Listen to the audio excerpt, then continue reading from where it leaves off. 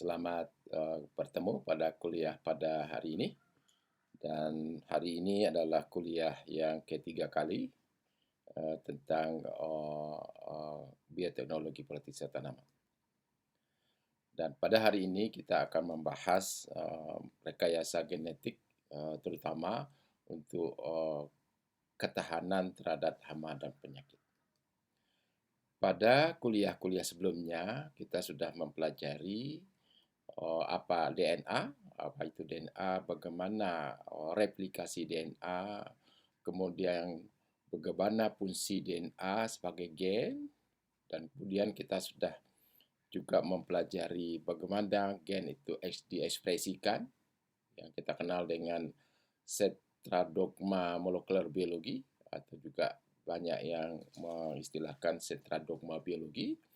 Bagaimana proses transformasi genetik yang dari DNA sebagai gen sampai terbentuknya produk dari gen itu sendiri, yaitu protein, baik protein struktural maupun protein fungsional. Dan dalam proses ekspresi gen itu yang terlibat adalah bagaimana peranan promotor dalam hal ini, kemudian bagaimana peranan RNA polimerase sebagai enzim yang akan mentranskripsi DNA menjadi messenger RNA, dan bagaimana proses pengaturan ekspresi gen. Kita sudah pelajari bagaimana gen itu diekspresikan tergantung kepada pengindusnya. Kita sudah pelajari dalam prokariot, kita sudah belajar bagaimana mekanisme ekspresi gen pada operon laktosa. Kemudian pada eukariot bagaimana gen itu diekspresi, bagaimana gen itu dikendalikan oleh lingkungan ataupun organ-organ tertentu yang menghasilkan produk gen tertentu. Dan pada hari ini kita akan coba membahas dengan topik bahasan konstruksi gen dan transformasi gen, ketahanan terhadap hama dan patogen. Konstruksi gen artinya kita ingin membuat gen yang bisa diekspresikan dalam tanaman. Dan oleh sebab itu, sebagai komponen gen, kita harus juga membuat gen dari sumber gen, baik itu dari organisme prokariot maupun eukariot. Kemudian kita konstruksi, artinya kita buat gen itu bisa diekspresikan dalam genom tanaman. Apa yang spesifik dalam transgen atau gen dalam tanaman? Pertama, bahwa kita harus memasang promotor yang dikenal oleh sistem ekspresi gen dalam tanaman. Kita tahu bahwa promotor itu atau sekuen regulator atau DNA yang berfungsi mengikat RNA polimerase itu sangat spesifik spesies. Artinya promotor yang ada dalam prokariot tidak bisa dikenal oleh sistem ekspresi gen pada eukariot.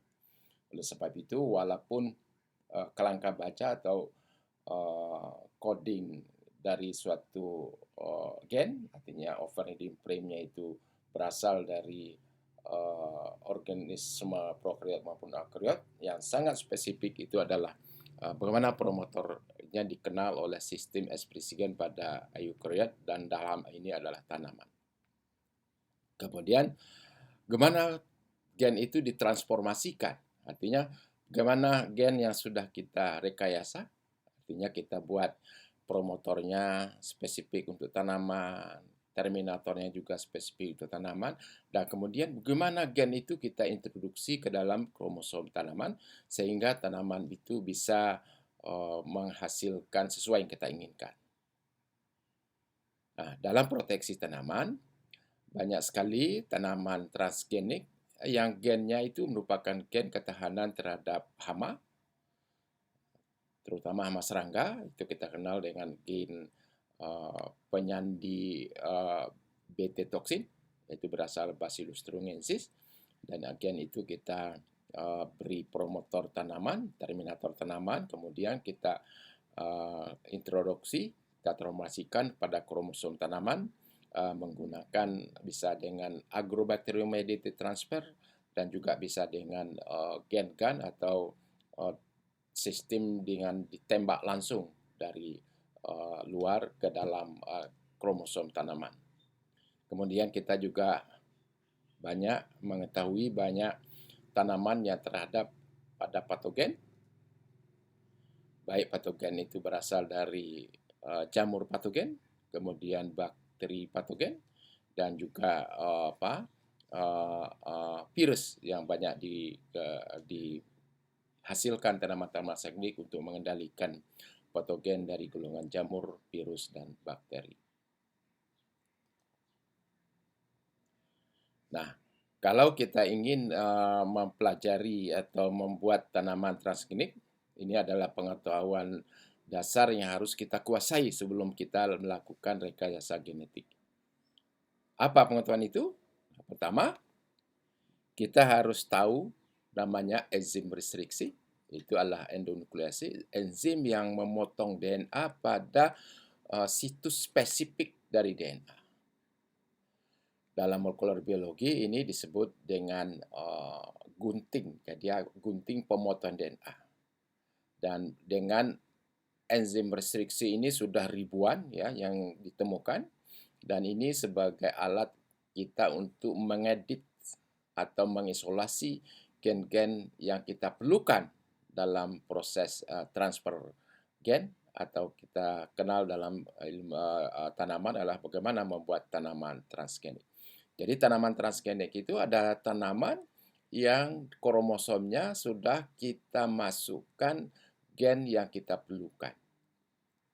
Sifat-sifat apa yang kita butuhkan?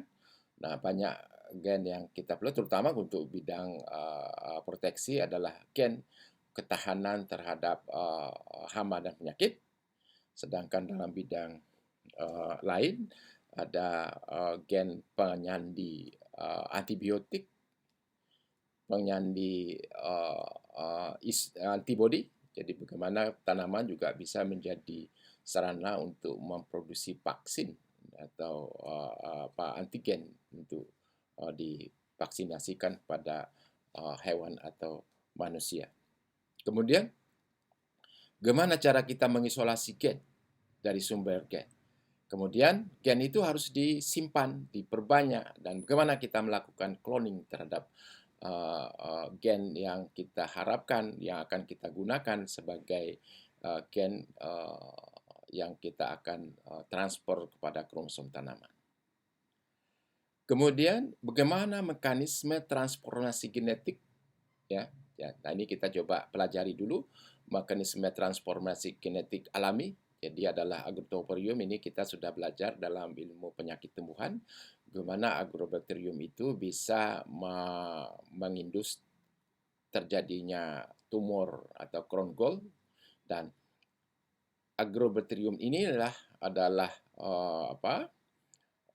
organisme alam yang pertama bisa mentransfer genetiknya membentuk sel transgenik. Jadi kalau saudara lihat penyakit tumor, ya ada tumor gall pada tanaman, dan itu sel-sel yang berada pada tumor itu adalah sel-sel transgenik yang sudah mengandung bagian gen penginduksi kanker, penginduksi tumor yang berasal dari Agrobacterium. Dan ini juga akan kita pelajari bagaimana ini memanfaatkan Agrobacterium ini untuk sebagai kendaraan kita akan memindahkan gen kita ke dalam kromosom tanaman. Kemudian bagaimana mengkonstruksi gen? Tadi sudah saya sampaikan. Kalau dalam topik kita adalah ketahanan terhadap patogen dan hama, bagaimana kita memperoleh gen yang bisa sebagai pengindus ketahanan terhadap jamur, bakteri, dan virus? Dan bagaimana kita memperoleh gen yang bisa membuat tanaman jadi tahan terhadap hama, yang terutama yang banyak dipelajari, hama dari golongan serangga. Dan kemudian bagaimana kita membuat gen itu dikenal oleh sistem ekspresi gen yang ada pada tanaman, khususnya eukaryot.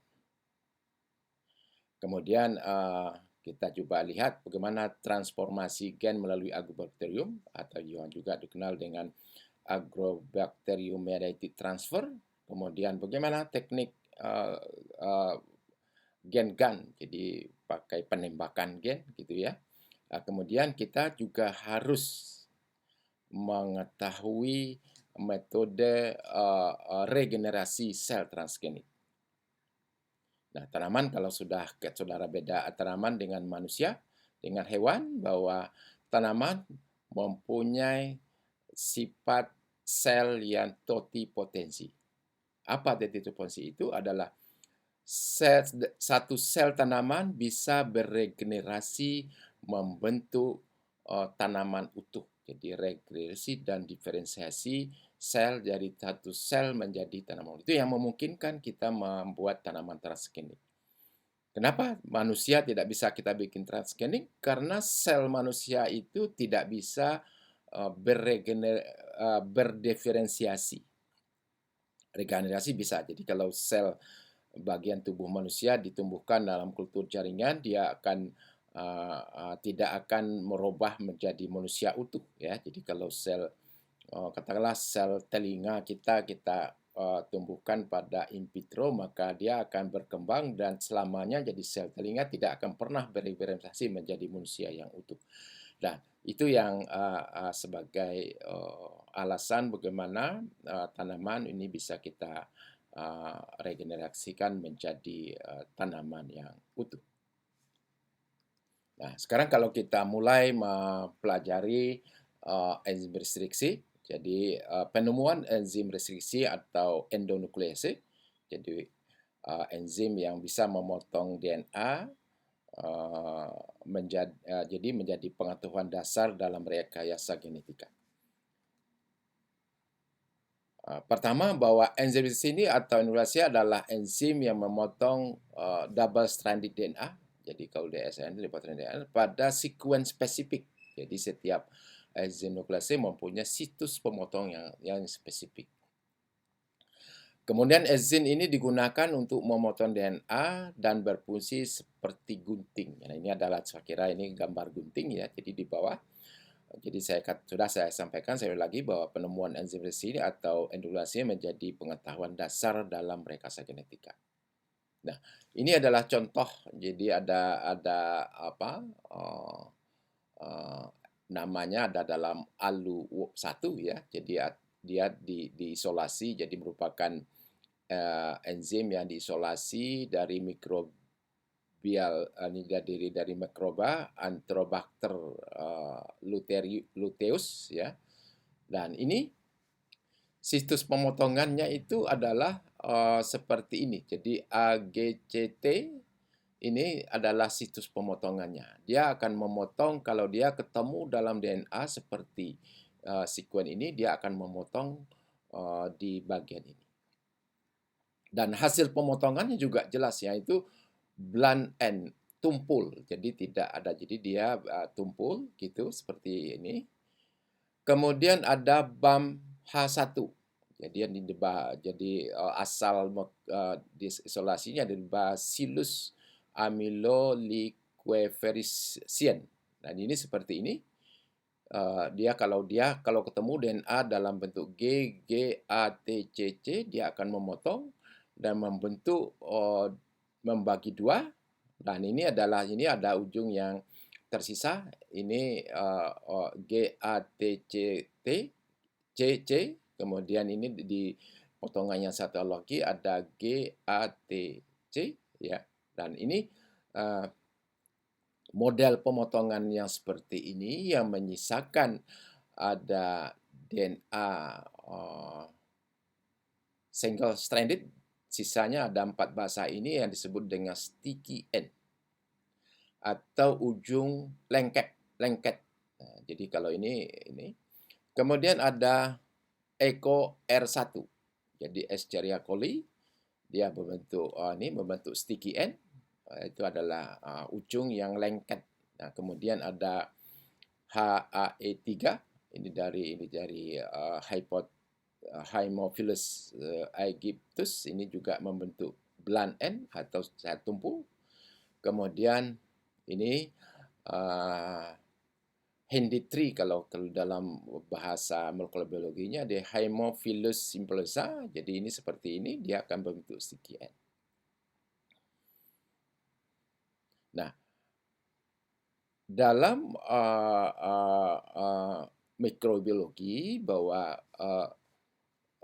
enzim-enzim ini sebenarnya dalam organisme yang menghasilkan itu adalah sebagai senjata untuk memutuskan atau menghancurkan virus atau bakteriopak yang menyerang dia, sehingga bakteriopak itu menjadi tidak aktif. Dan inilah contoh pemotongan Echo R1. Ini adalah di gambar grafik gunting, dia akan menyisakan ujung seperti ini. Kenapa lengket? Karena dia akan hanya bisa menyambung lagi dengan yang dipotong dengan Echo R1. Karena dia tidak akan bisa menyambungkan diri dengan yang dipotong pakai STEN. Dia harus ada ujungnya yang komplement daripada ujung masing-masing. Oleh sebab itu kalau dua DNA kita potong dengan Echo R1, maka dia akan menghasilkan ujung yang sama sehingga dia menjadi lengket. Makanya dikatakan sticky end. Jadi ujung yang lengket, dan dia akan lebih mudah menyambung pada ujung yang lengket itu. Dan ini contoh kalau kita ingin menyambung DNA, jadi penyambungannya pada ini dua DNA ya, di dua DNA. Kalau kita ingin menyambung, kita dua-duanya kita potong dengan sticky end ya. Sticky end ini dari dalam hal ini katakanlah Echo R1 tadi, kemudian dia akan membuat ujung lengket. Apa artinya ujung lengket? Bahwa ujung DNA yang satu dengan ujung DNA yang lain ini akan komplement. Jadi kalau ini ujung kalau dua DNA itu kita potong dengan Echo R1, maka dia akan membuat ujung yang lengket dan dia akan mudah menyambungkan diri dengan DNA lain yang kita potong juga dengan Echo R1. Kenapa jadi sticky end? Karena TTAA ujung DNA satu lagi akan komplement dengan AATT pada yang lain, sehingga penyambungannya menjadi lebih mudah gitu. Itu saya kira ini adalah metode penyambungan DNA satu dengan lain yang memungkinkan kita menyambungkan antara gen yang satu dengan gen yang lain. Nah, ini saya kira ini penjelasan saja bahwa ujung DNA hasil pemotongan dengan enzim resesi ada yang tumpul atau blunt, ada yang lengket ya. Jadi kalau DNA ini kita potong, kemudian ini katakanlah Echo R1, dia akan menjadi ujung yang lengket seperti ini. Kemudian ada juga enzim resesi yang Echo R5. Ini ini juga dari E. coli, tapi dia pada jenis berbeda, maka dia akan memotong pada ujung yang tumpul seperti ini. Ini yang kita dapatkan dalam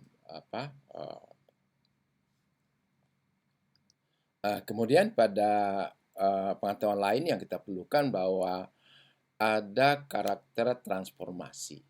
Itulah karakter bakteri yang dapat mengambil materi genetik yang berasal dari dua luar sel tadi. Jadi bakteri bisa mengambil materi genetik yang tersedia di sekitarnya. Jadi tidak harus dia berasal dari. Nah, ini potensi ini dalam rekayasa genetik ini menjadi alat yang membuat kita bisa merekayasa suatu DNA kemudian bisa kita transformasikan ke dalam bakteri sehingga bakteri itu bisa memperbanyak. Gitu kan.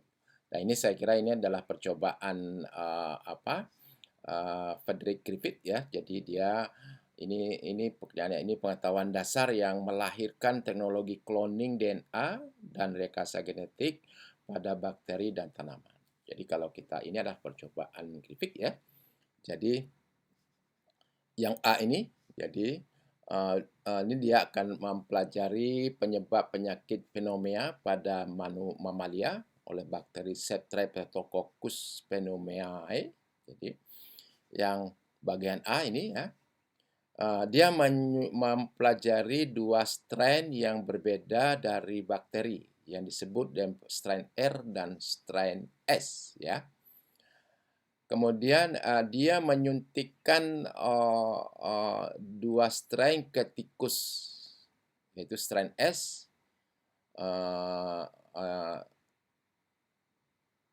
Strain S mematikan tikus ya, virulen. Kemudian strain R tidak mematikan tikus. Jadi kalau A ini disuntik dengan strain S, maka tikus itu akan mati. Dan dalam jaringan tikus itu kita menemukan strain S yang tumbuh dalam jaringan tikus. Kemudian tikus kita suntik dengan pneumonia Streptococcus pneumonia strain R atau strain yang tidak ganas, maka tanaman tikus tidak mati, tetap sehat. Dan kemudian kita tidak bisa menemukan adanya bakteri strain R dalam ini. Artinya strain R itu tidak berkembang dalam tikus.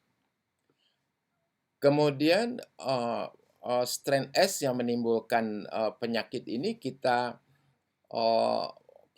panaskan ya. Ini ada gambar api, kita panas sampai mendidih sampai strain S-nya secara organisme mati, tapi dia gennya pasti tidak mati, tapi terpotong-potong.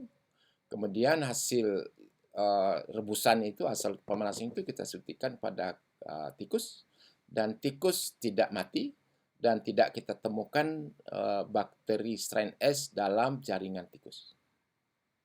Nah, percobaan terakhir, strain R yang hidup ditambah dengan strain S yang sudah dididihkan, yang sudah mati tadi. Kita suntikkan, kita campur, kemudian dalam tikus akan mati. Kemudian dalam jaringan tikus kita menemukan strain ganas. Apa artinya? Bahwa strain yang R yang tidak virulen bisa mengambil potongan-potongan gen virulen yang tadi berasal dari strain S yang sudah kita godok ya, kita matikan, dan akhirnya merubah strain S R yang tidak virulen menjadi strain S yang menjadi virulen. Itu apa artinya? Bahwa dalam campuran ini terjadi transformasi bahan genetik dari strain S yang sudah kita matikan ke dalam sel atau bakteri strain R, sehingga merubah strain R menjadi strain ganas. Dan itu hasil percobaan ini. Artinya apa? Artinya bahwa dalam rekayasa genetika bahwa karakter bakteri dapat mengambil materi genetik dari luar sel bakteri atau dikenal dengan transformasi genetik, ya, itu ya, memungkinkan kita melakukan dan memasukkan plasmid yang sudah kita manipulasi secara in vitro di luar sel bakteri dan memasukkan lagi ke dalam sel bakteri, dan dalam istilah biologi molekuler dikenal dengan cloning. Jadi kita bisa memasukkan kembali, jadi plasmid yang kita manipulasi secara in vitro, tadi kita masukkan transgen yang kita butuhkan, kemudian kita bisa masukkan lagi ke dalam bakteri supaya bakteri bisa memperbanyak atau kita juga menyimpan bakteri itu.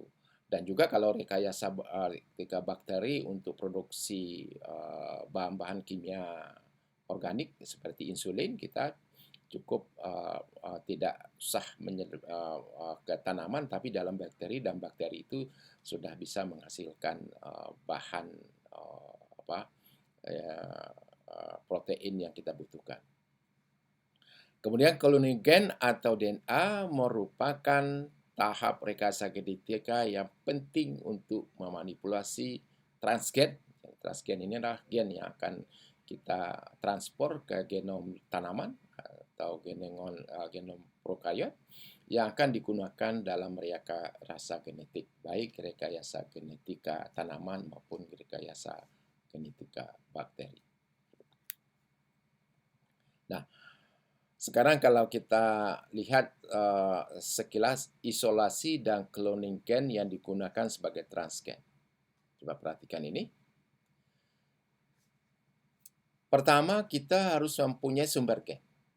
Jadi kalau ini kromosom, jadi bisa kromosom dari apa saja, ya kromosom dari jamur. Kalau kita ingin mendapatkan gen glukanase yang kita perlukan untuk membuat tanaman transgenik tahan penyakit jamur, bisa juga DNA virus ya untuk menghasilkan RNA gen yang bisa tahan terhadap virus seperti kod protein itu berasal dari RNA virus. Kemudian kromosom ini kita potong dengan tadi kita sudah tahu bahwa alat pemotong DNA pada tempat-tempat tertentu itu adalah enzim restriksi. Ada ribuan enzim restriksi yang bisa kita gunakan untuk memotong DNA pada kromosom yang kita inginkan dalam membuat organisme transgenik.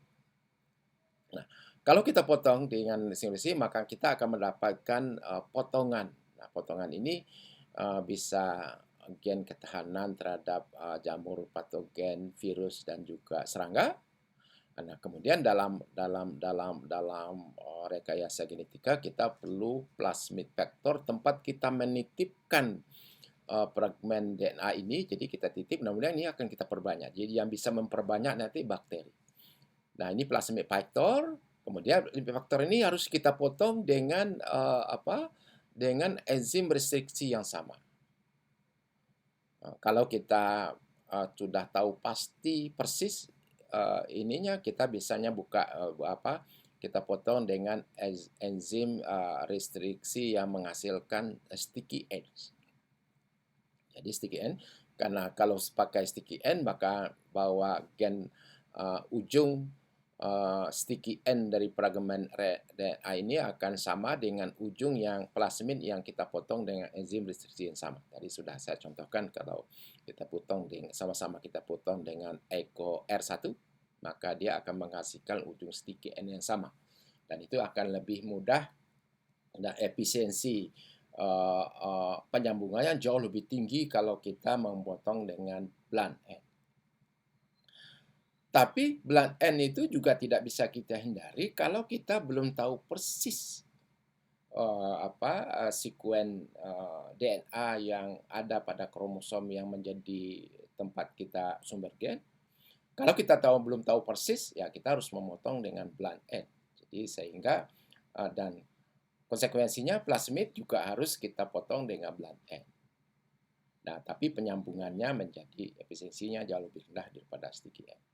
Nah, kemudian plasmid yang sudah kita potong dengan enzim restriksi yang sama, kita masukkan dalam tabung reaksi dan kita beri enzim ligase. Ini adalah enzim yang tugasnya menyambungkan DNA, maka kita akan menghasilkan plasmid rekombinan seperti D. Jadi plasmid rekombinan itu adalah plasmid yang mengandung transgen atau gen yang kita perlukan, yang kita peroleh dari ini. Nah, ini adalah tahap-tahapnya. Jadi tahap-tahap dari isolasi kloning itu pertama, kita memotong gen dengan enzim restriksi pada kromosom. Jadi kromosom ini bisa sumber gen ya. Jadi tidak saja Ini bisa saja pada DNA dari tanaman, virus atau kromosom daripada jamur, bakteri dan sebagainya. Kemudian memotong plasmid dengan enzim restriksi yang sama. Jadi kalau kita potong kromosom dengan eko R1, plasmid juga harus sama karena akan menghasilkan ujung atau sticky end yang sama. Kemudian menyambungkan gen dengan plasmid menggunakan enzim ligase. Nah, jadi kalau dia sudah sticky end, kemudian kita kasih enzim ligase, maka dia akan menyambungkan menjadi suatu rekombinan DNA, rekombinan plasmid yang sudah. Kemudian plasmid yang mengandung target gen yang mengandung gen target ya ditransformasikan dalam bakteri, dan biasanya yang banyak digunakan untuk ini adalah Escherichia coli untuk diperbanyak pada media memperbanyak gen. Jadi kalau kita tumbuhkan dalam masuk E. coli, maka E. coli itu akan memperbanyak secara otomatis ini, dan itu menjadi bahan untuk konstruksi selanjutnya karena kita butuh kopi gen yang banyak sekali karena efisiensi yang kita ini kan rendah karena kita tidak tahu, tidak pernah lihat itu apa gen dalam yang nggak kelihatan. Jadi kita perlu memperbanyaknya dalam bakteri, menyimpannya dalam bakteri. Nah, sekarang kalau kita lihat cloning gen, jadi ada persyaratan plasmid yang digunakan untuk Jadi saya tadi mengulang lagi bahwa kalau sumber gennya ini adalah gen ketahanan terhadap serangga, Bt toksin, gen tahan terhadap virus, contohnya coat protein ya untuk virus, kemudian gen untuk jamur ini biasanya glukanase, kemudian gen untuk bakteri berarti horotiurin, ini ada jenis semacam protein yang bisa menjadi antibakteri. Dan ini salah contoh yang saya buat ini adalah plasmid PGMT IC vector ini sebenarnya sudah banyak dijual jadi kalau plasmid ini sudah dijual di pasaran ya. Jadi dan ini secara umum ya, persyaratan plasmid yang digunakan bisa ini plasmid banyak sekali, mungkin ribuan ya. Nah, pertama plasmid itu harus mengandung selectable marker, gen marker kalau istilahnya. Kalau dalam ini yang komersil ini adalah ada gen markernya ini ampicillin resistant. Ini gunanya untuk menyeleksi bakteri yang mengandung ini. Jadi kalau bakteri yang sudah mengandung plasmid yang kita rekayasa, kita tumbuhkan dalam media yang mengandung ampicillin. Nah, bakteri yang tidak mengandung akan mati, karena bakteri yang mengandung plasmid ini akan tetap bertahan. Kedua, dia harus mempunyai multiple cloning site. Jadi ini adalah tempat pemotongan plasmid, dan di sini adalah tempat kita menyisipkan gen yang kita perlukan. Jadi kalau soal gen ini kita akan sisipkan di sini. Dan pada situs ini ya kita bisa memotong dengan banyak sekali. Ini ada bisa situsnya di sini. Artinya banyak sekali enzim restriksi yang bisa ini yang disebut dengan multiple cloning site. Ya, jadi nanti gen target kita potong sama apa saja dia masuk di sini. Nah, makin banyak enzim yang bisa dipakai di sini, makin efisien, makin bagus. Jadi kita tidak apa saja yang sumber gen dari mana saja, tinggal kita tahu bahwa gen sumber itu kita potong dengan eko R1 misalnya bisa, atau APA1 misalnya kita bisa mendapatkan di sini gitu ya. Nah, ini saya kira salah satu model atau plasmid. Plasmid ini sudah dijual dijual secara komersil untuk rekayasa genetika tanaman atau rekayasa bakteri juga ya. Nah, ingat di sini bahwa kita sudah belajar tentang opron laktosa. Dia mengambil sekuen namanya LAC-Z. Jadi sekuen LAC-Z, gen penghasil beta galaktosinasi ya, dia akan menghasil, dan ini dalam cloning dia berfungsi sebagai reporter gen. Jadi gen pelapor. Nanti kita akan apa gen pelapor nanti kita akan jelaskan. Nah, itu salah satu ya. Jadi kemudian plasmid itu adalah wajib mempunyai origin of replication. Jadi ini adalah gen yang berfungsi untuk mereplikasi satu ini ya. Itu nih. Kemudian kalau plasmid ini akan kita gunakan untuk kita ekspresikan dalam bakteri, maka dia harus punya promotor yang bisa mengekspresikan gen target. Nah, kalau kita ingin gen kita atau transgen kita lihat hasilnya dalam bakteri, kita harus ada aditif. Ini adalah pilihan ya. Tapi kalau cuma antara memperbanyak aja, yang salah satu yang sangat pentingkan adalah gen marker, dalam sini ampicillin, kemudian ORI, di sini juga ada ORI, ini adalah origin of replication, kemudian multiple cloning site yang tempat kita menempatkan transgen yang akan kita perbanyak dalam bakteri.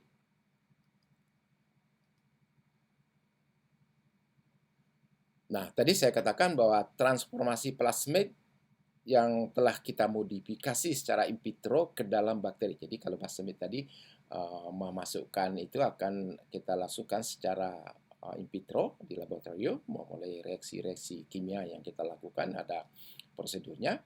Kemudian plasmid yang sudah berhasil kita masukkan gen target kita harus masukkan ke dalam bakteri. Nah, oleh sebab itu sifat transformasi tadi menjadi faktor kunci untuk keberhasilan transformasi. Coba perhatikan di sini bahwa ini plasmid ya. Plasmid katakanlah tadi yang sudah kita masukkan gen transgen yang kita ini, jadi ada multiple cloning site di sini, jadi kita masukkan di bagian sini. Nah, kalau sudah berhasil seperti apa yang kita ini, dan plasmid secara keseluruhan ini kita harus masukkan ke dalam sel bakteri namanya biasanya E. coli. Jadi E. coli ini adalah bakteri yang digunakan karena apa? Karena 99% gen-gen E. coli ini sudah diketahui karakternya sehingga lebih memudahkan dalam menangani plasmid atau gen yang sudah kita buat. Kemudian kompetel sel. Jadi ya kompetensi ini ada jadi bakteri ini kita siapkan secara artifisial supaya dia lebih mudah menerima. Nah, salah satunya kita akan tumbuhkan beri dengan CaCl2. Jadi ditumbuhkan dalam media itu, dan itu akan meningkatkan kompetensi sel dari E. coli untuk lebih mudah. Kemudian kita tumbuhkan dan kita beri plasmid, dan secara ini dia akan masuk ke dalam plasmid. Nah, CaCl2 itu tugasnya membuat bolong-bolong kecil pada membran sel E. coli yang memungkinkan dia bisa menerima plasmid ke dalam itu. Plasmid ini adalah DNA yang dalam larutan itu yang di luar sel, kemudian karena kita sudah membuat sel E. coli itu menjadi kompeten, dia bisa akan masuk. Kemudian dia akan tumbuh di sini. Kemudian ini kita planting, artinya kita sebarkan pada media untuk menyeleksi bakteri yang mengandung plasmid dengan yang tidak mengandung plasmid. Nah, itu gunanya selectable marker tadi. Kemudian kalau kita lihat di gambar sebelahnya bahwa ini adalah prosedurnya. Jadi dia adalah E. coli yang kita buat, ini kita tumbuhkan dengan menambahkan CaCl2. Jadi untuk itu, jadi kemudian kita masukkan bersama-sama dalam tabung reaksi. kemudian dia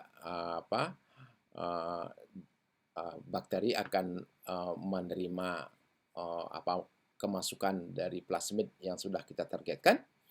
Kemudian dari bakteri-bakteri itu sebagian kan tidak menerima, artinya tidak semua dalam tabung reaksi ini mengandung plasmid. Nah, oleh sebab itu bakteri yang mengandung plasmid dan tidak kita tumbuhkan pada media yang mengandung antibiotik. Nah, kalau di sini soluble markernya ampicillin, medianya kita gambut tambahkan ampicillin. Kalau soluble markernya ini kanamisin, maka medianya kita tambahkan kanamisin sehingga bakteri yang ada plasmid yang mengandung plasmid ini yang akan tumbuh. Plasmid yang tidak kemasukan plasmid ini akan mati karena dia tidak tahan terhadap antibiotik. Nah, itulah laju transformasi ini kan mungkin dari 1.000 bakteri yang kemasukan cuma 3 sel misalnya. Yang 997 itu tidak kemasukan plasmid. Nah, tapi kalau kita tanamkan atau kita tumbuhkan pada media yang mempunyai kandungan antibiotik tadi, maka bakteri yang 3 buah itu yang kemasukan itu yang akan bisa tumbuh dan dia akan berkembang dan dengan cepat sehingga sementara sebagian bakteri yang tidak mengandung plasmid itu akan mati. Nah, coba sekarang perhatikan tahapan cloning gen yang akan digunakan sebagai transgen. Jadi ini adalah gambar ini bagus sekali. Jadi gambarnya, jadi sama seperti tadi. Jadi sumber gen ini bisa tadi saya katakan bisa aja ketahanan terhadap hama, penyakit dan patogen. Maka kita potong Eco R1. Jadi kita akan plasmid vector juga kita potong Eco R1. Maka tadi akan menghasilkan sticky end tadi. Maka kita hibridisasi membentuk plasmid rekombinan. Dan plasmid rekombinan itu tadi kita masukkan dengan proses transformasi, masukkan bakteri, kemudian cloning ini nama lain itu adalah memperbanyak klon-klon itu. Jadi ini sama. Nah, kemudian bakteri yang ini kita seleksi pada media yang mengandung antibiotik ya. Kemudian bakteri yang mengandung plasmid biasanya akan tumbuh, bakteri yang tidak mengandung plasmid akan mati. Jadi bakteri yang mengandung plasmid vector, jadi vektor ini dia akan tumbuh. Nah, sekarang plasmid yang kita rekayasa seperti ini bisa saja dia menyambung dirinya sendiri. Artinya plasmid tapi tidak mengandung transgen. Itu juga akan tumbuh. Nah, oleh sebab itu plasmid PJMT yang kita pilih ini multiple cloning set-nya itu ada di tengah-tengah lag set. Apa artinya? Bahwa lag set ini kalau dia disisipi oleh transgen, membuat lag set ini menjadi tidak aktif. Kalau tidak aktif, dia tidak akan menghasilkan beta-galaktosidase. Dan apa artinya? Bahwa itu sebagai reporter gen, jadi gen pelapor. Nah, oleh sebab itu, bakteri yang mengandung plasmid, baik yang mengandung transgen maupun yang tidak menyambung, ya artinya nyambung dia sendiri, gitu. Jadi tidak masuk, tapi dia kembali menyambung pada dia sendiri.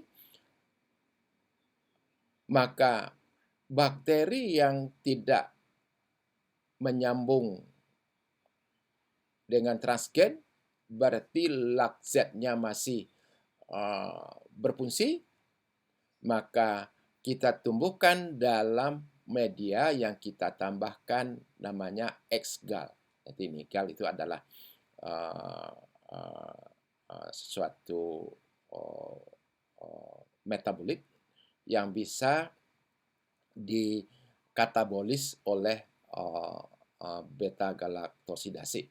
Dan kalau X-gal itu terurai, maka dia mengeluarkan warna hijau. Coba nanti mungkin slide sebelumnya mungkin lebih jelas ya.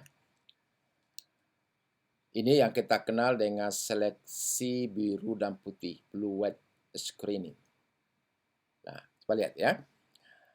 Warna biru ya, ini ada biru.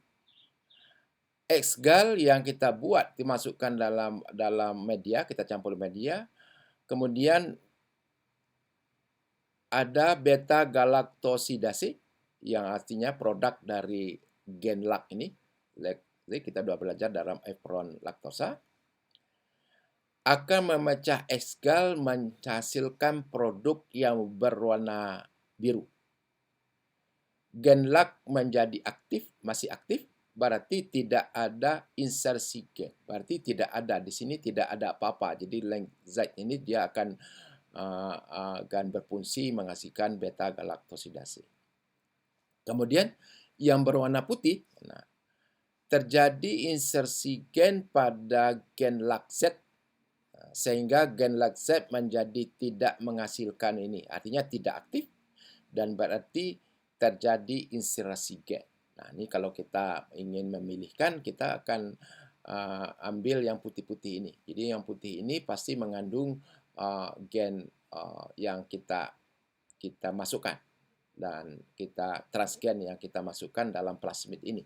Dan yang biru jangan diambil karena yang biru ini tidak ada insersi transgen pada multiple clonal set ini, berarti lak-Z-nya masih utuh. Jadi plasmid ini tidak kemasukan apa-apa sehingga lak-Z ini, dan fungsi lak-Z di sini disebut dengan reporter gen, artinya gen pelapor bahwa ternyata insersi itu tidak terjadi, berarti dia berwarna putih, dan kalau dia biru berarti tidak terjadi insersi sama sekali dalam plasmid vektor yang ini. Jadi kesimpulannya bahwa bakteri yang tumbuh koloninya putih dan biru ini mengandung plasmid. Cuman yang biru mengandung plasmid utuh, tidak ada insersi transgen, sedangkan pada yang putih ini adalah bakteri yang mengandung plasmid dan plasmid itu mengandung gen yang kita cloning tadi. Itu saya kira ini dalam ini dan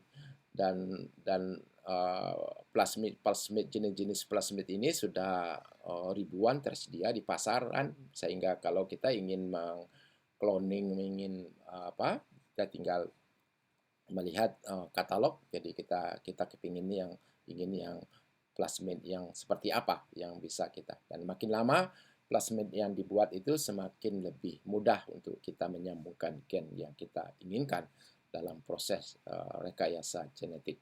Artinya bahwa dalam rekayasa genetik ini sebenarnya rekayasa itu bagaimana merekayasa transgen dari sumber yang secara taksonomi tidak ada hubungannya. Jadi kalau pemuliaan konvensional kita harus memindahkan gen dengan hibridisasi atau persilangan dari kerabat dekat. Tapi kalau rekayasa genetika ini kita bisa memasukkan gen dari organisme yang secara taksonomi tidak ada hubungannya. Jadi kita bisa memasukkan gen berasal dari bakteri, kemudian itu kita rekayasa supaya tanaman bisa mengenal, bisa mengekspresikan, atau sebaliknya. Jadi kita bisa mengambil sumber gen dari manusia misalnya, salah satu gen pembuat insulin misalnya. Kita bisa merekayasa dengan menambahkan promotor bakteri, kemudian kita masukkan ke dalam bakteri E. coli terutama ya, itu dia bisa menghasilkan insulin dan bisa membuat insulin secara artifisial. Jadi tidak lagi kita bergantung kepada hewan percobaan, tapi kita cukup membuat reaktor dengan dengan menggunakan bakteri sebagai alat memproduksinya. Nah, sekarang kita akan beralih dikit bahwa ini adalah proses terbentuknya tumor gall. Ya, jadi ini orang PTN semua tahu bahwa gejala hiperplasia pada tumor gall itu adalah terjadinya induksi pertumbuhan sel berlebihan sehingga membentukkan tumor. Dan dalam perspektif rekayasa genetika, disinilah kita belajar banyak tentang bagaimana perekayasa tanaman alami kita pelajari dan kita gunakan sebagai alat untuk rekayasa genetika. Ini adalah saya perkenalkan basicnya bahwa ini adalah TI plasmid, tumor inducing plasmid yang kita ambil secara alami. Jadi yang alam artinya belum dipolimorfisasi sama sekali. Coba perhatikan di sini bahwa ini adalah Agrobacterium, jadi sebagai patogen pada tanaman, dan karakter dari bakteri pertama dia mempunyai kromosom, ya. Jadi kromosom dia tidak ada karena prokariot dia tidak punya inti sel. Kemudian ada namanya TI plasmid, tumor inducing plasmid. Ini semua. Kemudian bagian dari TI plasmid adalah namanya tDNA, ya, atau singkatan dari transfer DNA. Dan ini adalah contoh gejala penyakit, ya, yang disebabkan oleh Agrobacterium hipoplasia, ya. Tadi sudah saya katakan bahwa Agrobacterium adalah perekayasa genetik alami.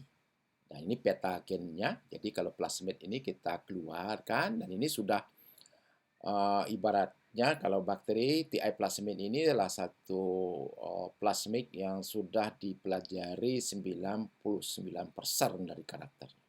Artinya sudah ini karena sangat ekstensif dipelajari karena ini menjadi alat yang transfer gen yang sangat efektif, dan hampir semua tanaman transgenik terutamanya dikotil, ya, karena dia menyerang tanaman dikotil itu menggunakan TI plasmid ini sebagai kendaraan untuk membawakan gen kita yang kita buat secara artifisial, memasukkan ke dalam gen tanaman untuk diekspresikan dalam gen tanaman. Coba perhatikan bahwa TI plasmid ini pertama dia mempunyai virulent region. Jadi region ini sekuen, ya. Sekuen virulent artinya bahwa ini adalah yang menentukan patogenisitas dari suatu Agrobacterium. Jadi kalau bakterium tidak punya plasmid ini, dia tidak virulent, dia tidak bisa menginduksi. Kemudian tadi secara alami dia juga mempunyai origin of application. Ini sekuen DNA yang mengatur proses perbanyakan. Nah, kemudian ada gen opin katabolisme. Ya, opin ini adalah bagaimana memecahkan opin sebagai sumber makanan dari Agrobacterium. Nah, yang paling banyak dipelajari ini adalah, kalau kita lihat ini adalah left border, batas sebelah kiri, right border, batas sebelah kanan. Nah, antara left border dan right border itulah yang disebut dengan tDNA.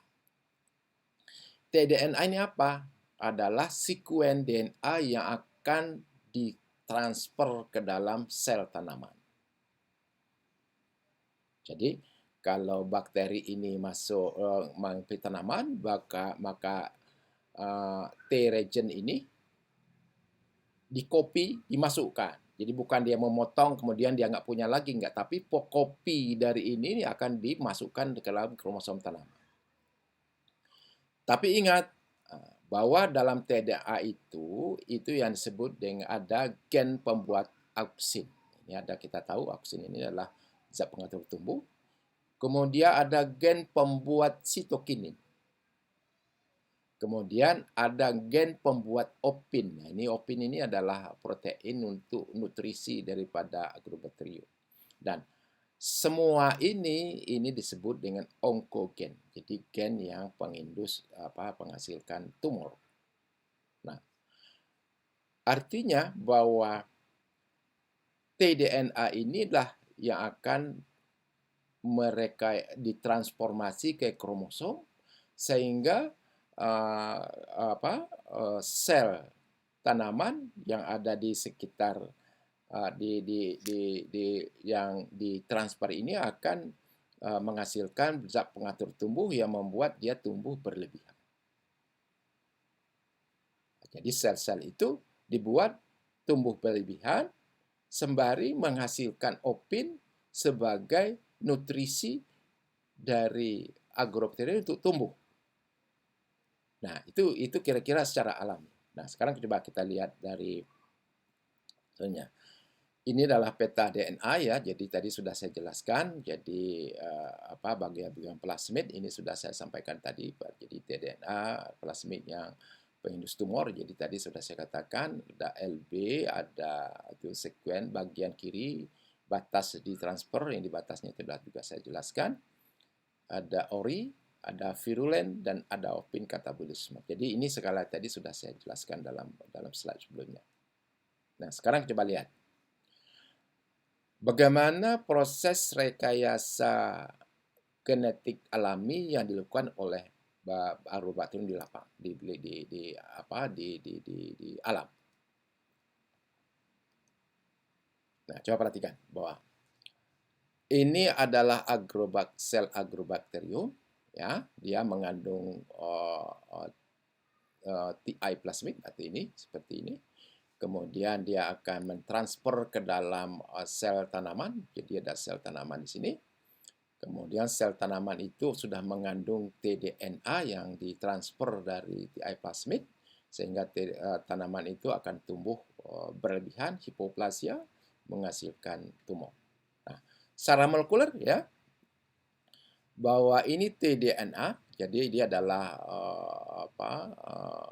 bakteri, kemudian ada ini, kemudian tDNA, kemudian tDNA itu akan ditransfer menuju kromosom tanaman, akan menyambung dalam kromosom tanaman, dan tanaman akan menghasilkan sitokinin auksin, kemudian tumor.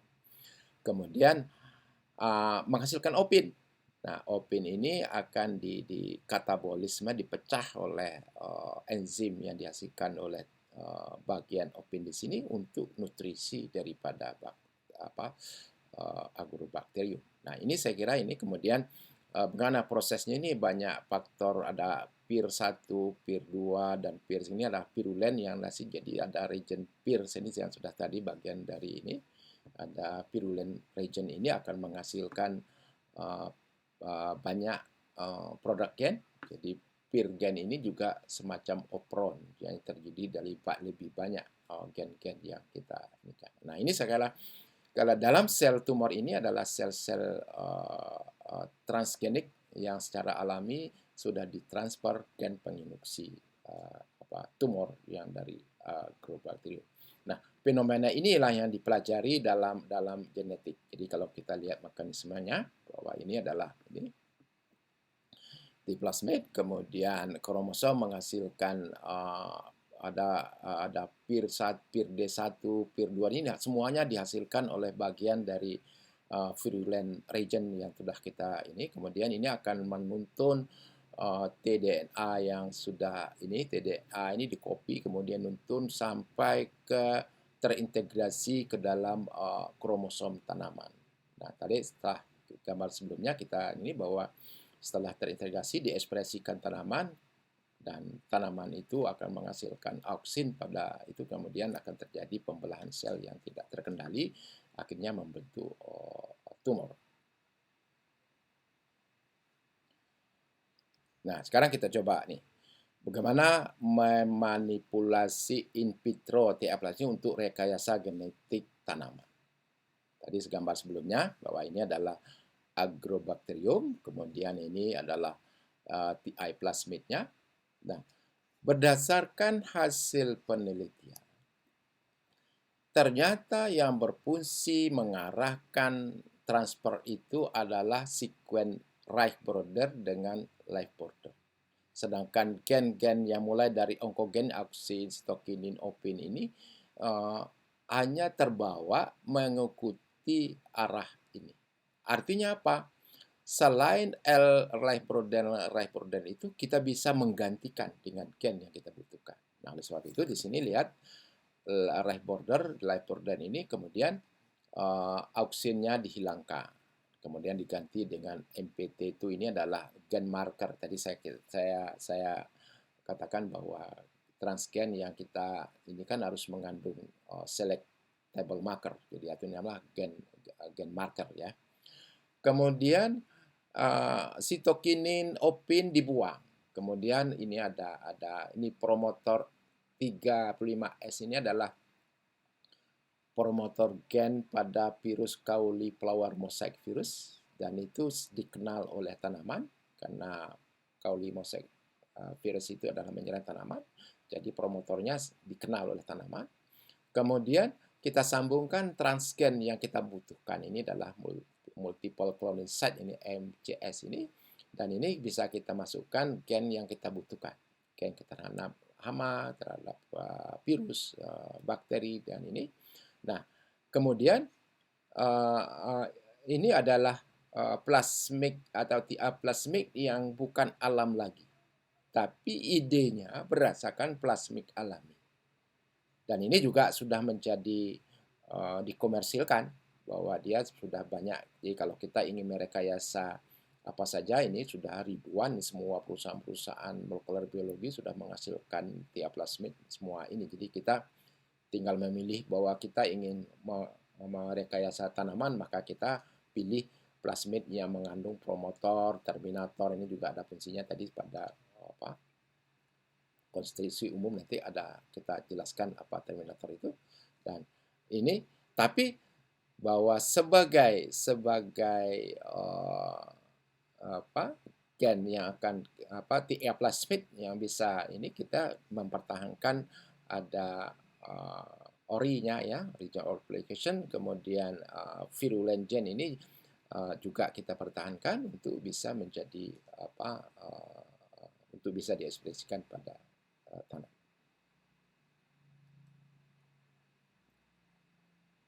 Nah, coba kita lihat sekarang bahwa TDA yang mengandung gen pengindu tumor diganti dengan konstruksi gen yang kita inginkan. Jadi itu tadi sudah saya jelaskan juga bahwa ini adalah sudah komersil, jadi kita bisa ini. Nah, apa isinya? Tiaplasmid yang telah dimodifikasi dan digunakan untuk transgen. Ini adalah contohnya ya. tDNA yang mengandung gen penginduksi tumor diganti dengan konstruksi gen yang kita inginkan. Jadi di multiple cloning site ini adalah kita menempatkan gen yang mau kita ekspresikan dalam tanaman. Dan dalam plasmid ini sudah menyediakan promotor, kemudian menyediakan terminator yang dikenal itu, kemudian ada faktor seleksi.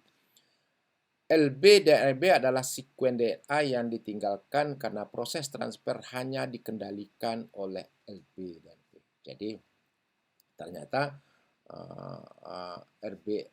LB inilah yang akan apapun gen di antara dua ini dibawa, ditransfer ke ini. Jadi itu adalah salah satu sifat dari tDNA, karena transfer hanya di ini. Dan yang nggak boleh diganti adalah LB dan RB, karena kalau LB dan LB diganti, dia tidak punya kemampuan untuk arah. Jadi termasuk sekuen yang menentukan arah kemana kromosom yang akan ditempelkan gen yang kita inginkan tadi.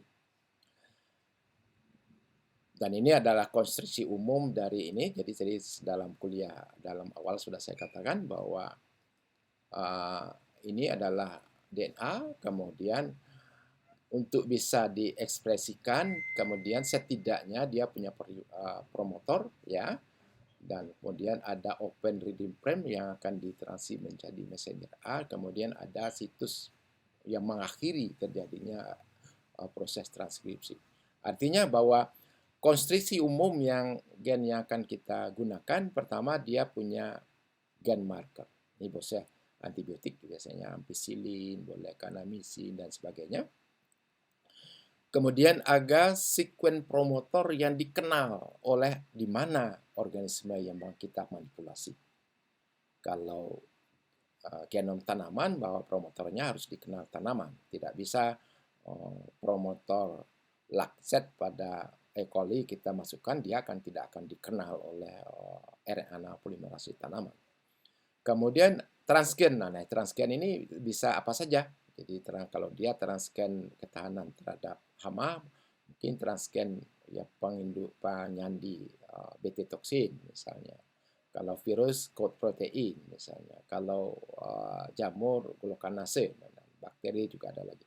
Kemudian ada terminator. Dan terminator ini adalah sekuen untuk menghentikan proses translasi mulai dari apa yang di promotor, kemudian pada ujungnya akan berhenti dan menghasilkan messenger RNA transgen. Nah, messenger RNA transgen ini akan ditransfer ke sitoplasma untuk ditranslasi oleh sistem translasi ribosom, tRNA, dan sebagainya yang ada di sitoplasma. Jadi sudah saya jelaskan di sini bahwa gen marker diperlukan untuk menyeleksi sel transgenik. Kemudian promotor atau regulator sekuen untuk ekspresi gen dalam tanaman. Jadi spesies promotor ini tidak berlaku umum ya. Jadinya promotor pada prokaryot pasti berbeda dengan eukariot. Kemudian transgen, gen atau sekuen yang akan ditranskripsi dan ditranslasi. Jadi itu. Kemudian terminator ya sekuen yang mengatur berakhirnya proses transkripsi. Jadi itu harus ada. Ini konstruksi umum dari transgen yang akan kita. Nah, ini sudah saya katakan tadi bahwa inilah konstruksi umum ya dari gen. Jadi transgen yang sudah kita olasi dia harus di bawah kontrol dari promotor pada spesies tertentu dan juga terminator. Kemudian untuk keberhasilan kita mendapatkan sel transgenik, kita harus membuat marker seleksi sehingga kita bisa menemukan beberapa sel transgenik dari ribuan sel yang tidak transgenik yang akan kita seleksi.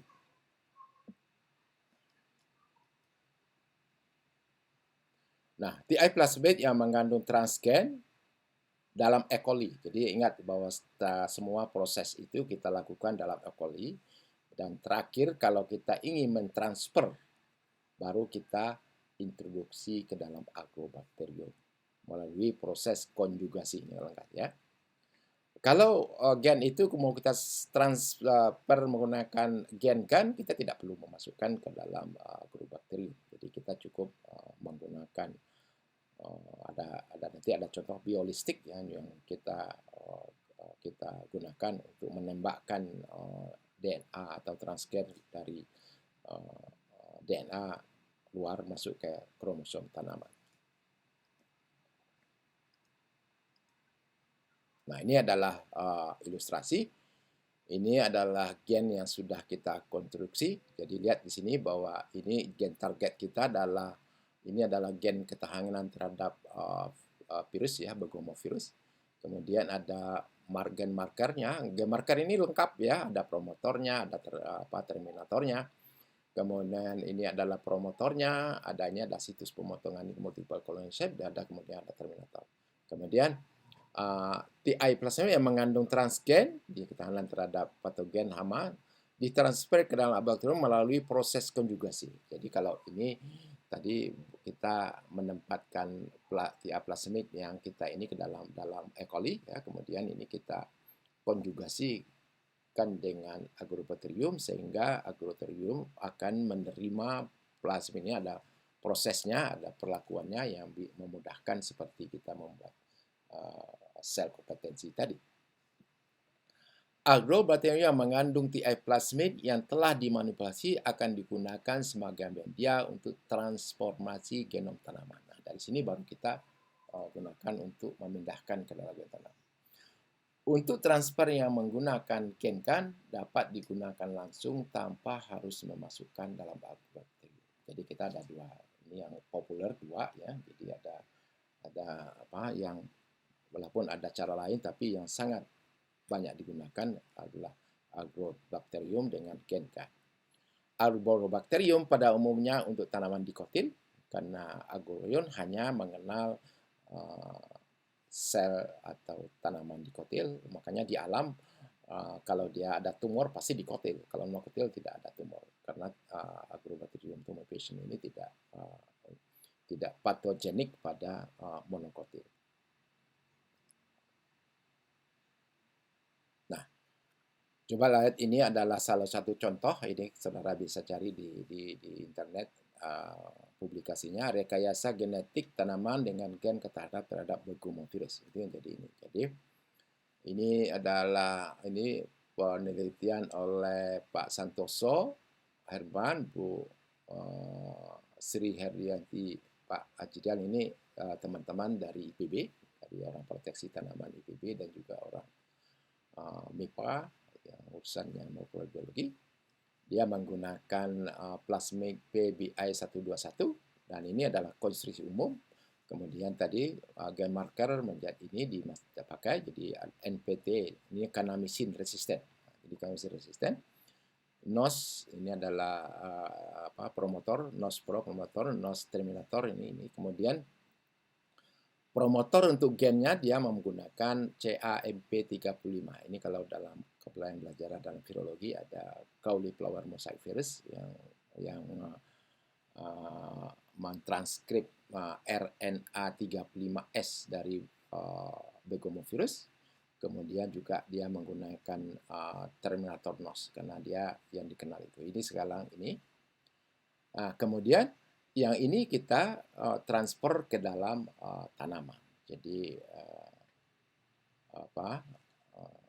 peta konstruksi plasmid biner P ini, jadi ada biner ini, ada co-integrate, itu sekira saudara tidak perlu tahu. Biner ini ada pengaturan trans dan cis dari suatu proses molekular biologi dalam sel. Nah, kalau kalian lihat proses tahapan transformasi genetik pada tanaman oleh Agrobacterium, nah, coba saudara lihat bahwa ini adalah konstruk gen tadi. Jadi adalah kita taruh di sebelah sini. Kemudian ada Agrobacterium, kita sambung jadi plasmid rekombinannya seperti ini, seperti gambar sebelumnya. Kemudian ini kita introduksi ke dalam kromosom tanaman. Jadi kita masukkan ini. Kemudian kita regenerasi membentuk ini. Regenerasi ini melalui kultur jaringan. Tadi sudah saya katakan bahwa salah satu yang memungkinkan kita membuat tanaman transgenik, kita bisa membuat sel transgenik, dan sel transgenik itu bisa kita regenerasikan, bisa berdiferensiasi menjadi tanaman utuh. Dan sedangkan sel hewan dan sel manusia tidak bisa. Jadi tidak ada. Jadi sel manusia, kalau sel telinga ya diperbanyak tetap jadi sel telinga, tidak menjadi sel-sel, tidak berdiferensiasi menjadi organ-organ. Nah, coba lihat di sini, ini adalah proses trans. Ini sel transgenik ditumbuhkan dalam media mengandung antibiotik. Jadi jangan lupa bahwa transfer melalui Agrobacterium itu menghasilkan sel transgenik. Dan laju transformasinya itu hampir sama dengan laju mutasi. Kalau tanaman itu kira-kira 10 pangkat min 3. Artinya apa? Satu sel transgenik di antara 1999 sel yang tidak transgenik. Dan kalau kita tumbuhkan tanpa selektor, marker seleksi, maka sel yang satu itu pasti hilang. Dan kita tidak bisa menentukan di mana. Tetapi kalau kita tumbuhkan dalam media yang mengandung selektor, dalam ini antibiotik, maka 999 sel akan mati. Dan satu sel yang mengandung transgen, karena dia mengandung gen marker, dia akan tumbuh. Dan satu sel ini kemudian akan kita pelihara untuk menghasilkan tanaman utuh. Jadi gitu. Jadi Itu saya kira itu ini jadi sel tadi ditumbuhkan dalam media yang mengandung antibiotik sebagai faktor seleksi. Sel yang mengandung transgen akan hidup karena ada gen selektor. Jadi dalam konstruksi gen itu ada gen marker. Nah, fungsinya itu. Sel yang tidak mengandung gen ketahanan atau dalam hal ini gen tahanan terhadap virus maka akan mati. Dan ini salah satu ini kalau kita baca urutan dari sini ada ini adalah urutan jadi tanaman transgenik hanya bisa kita lakukan pada tanaman yang bisa diregenerasikan secara in vitro. Karena kita akan merubah satu sel menjadi tanaman. Sel transgenik kita rubah menjadi tanaman transgenik dengan kultur jaringan. Nah, ini sebagai ilustrasi bahwa ini adalah transformasi gen menggunakan gen GAN. Tadi kita tidak perlu memindahkan agrobacterium. Jadi konstruksi ini bisa multi DNA, kemudian kita tembakkan pada alat penembak. Ini enggak seperti ini kira-kira gen GAN seperti ini. Jadi ini kemudian dia akan ditembak, kemudian akan masuk ke dalam gen itu akan jadi biasanya golden particle emas. Ya. Kenapa partikel emas ya? Karena emas barangkali kurang mulia, jadi tidak menimbulkan karat barangkali sehingga bisa masukkan ini. Jadi kemudian sel tanaman yang ada gen baru kita tumbuhkan dengan prosedur hampir sama. Jadi bedanya dengan agrobacterium itu mungkin memasukkan setelah itu kultur jaringan, faktor seleksinya itu harus sama, persis sama. Nah, ini adalah biolistik ya, contoh alat dalam ini. Jadi senjatanya kira-kira seperti ini. Jadi coba saudara lihat bahwa ini adalah alat, ini adalah spuyer namanya, nanti kita akan tempatkan di sini. Ini tekanannya. Kemudian medianya kita ada raknya di sini, tergantung nanti kita teliti pada jarak berapa. Ya, jadi ini ada. Kemudian ini adalah alat penembaknya. Jadi kemudian ini ada DNA coated untuk gold. Jadi ada tungsten, ini emas, ada tungsten partikel. Jadi gold probably by the helium into plant cell. Jadi dengan helium. Dan ini juga nanti dengan menembakkan itu maka gen akan terintegrasi dengan kromosom dan sel bisa diregenerasikan menjadi tanaman utuh melalui manipulasi media.